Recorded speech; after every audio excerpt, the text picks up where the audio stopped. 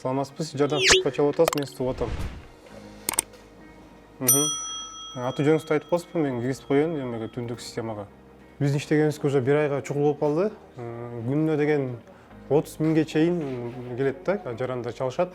Ошо чалғандардың біз директорин жазып, телефон номерлерин жазып, мұқтаж акыбалын сурап, анан бөлөбүз да райондорго. Бул түндүк деген реестр бар, идин ошого кирсеңиз, ошонун ичинен райондорго бөлүнүп, анан социалдык тармактарга таратылат.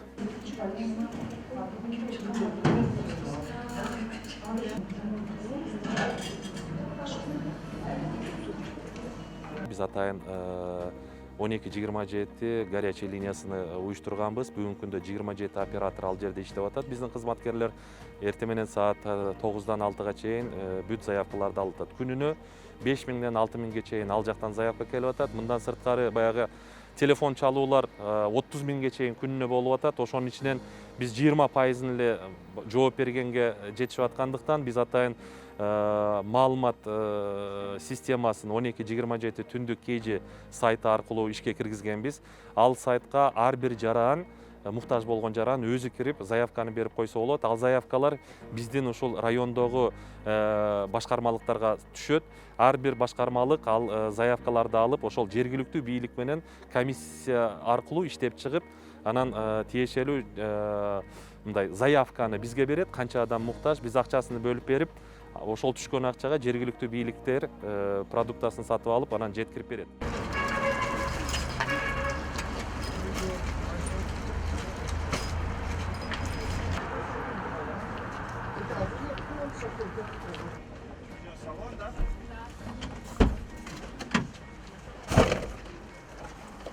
Раз, два, три, 4, 5, 6, 7, 8, 9, 10. Еще одно масло возьмешь еще? Нет, здесь сейчас 10 штук. Республикалык жардам штабынан ошо карантин башталгандан бери элге жардам берип, гуманитардык жардам жеткирип жүрөбүз. Кичине да болсо элге кичине бир жардамыбыз тийсин, соопчулук иш болсун деп аракет кылып жүрөбүз.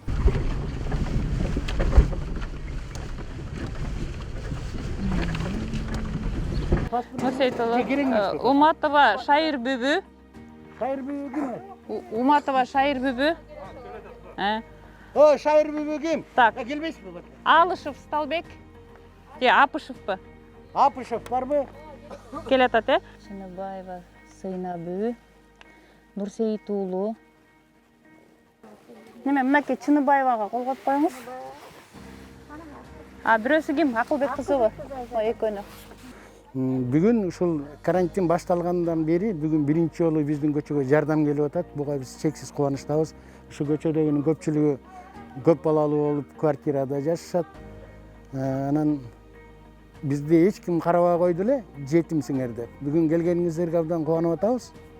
Эми кандай десем, келбей турган үмүтүбүздү үзүп койгон жерден келип калдыңыздар. Баарыңарга чоң рахмат. Нурсейит уулу, келиңиз берге кой коюп койсузбу? Кое бериңиз. Так. Сиздики кимки? Апышевпы? Ким сы аты? Сталбек, Апышевтыкы. Мына жерге кол коюп коюңуз. Кол коюп коюңуз. Бир аз немеде мындай чоң эмес, расстоянияда турасыздарбы? Мүмкүн болушунча. Негизи эле бүгүнкү күндө баягы сандар өзгөрүлүп атат. Бирок жалпылай келгенде акыркы сан бул 395 миңден ашык үй бүлө бүгүнкү күндө жардамга азык-түлүккө муктаж болуп турган чагы. Анын 236 миң, кеченки сан боюнча 236 миңине бүгүнкү күндө жардам берилди. Булар бүтүндөй Кыргызстан боюнча.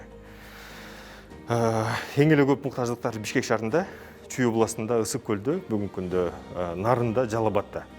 Ошолорго азыркы учурда ар бир область, ар бир мэр, жергиликтүү бийлик өзү жардам бергенге аракет жасап атат.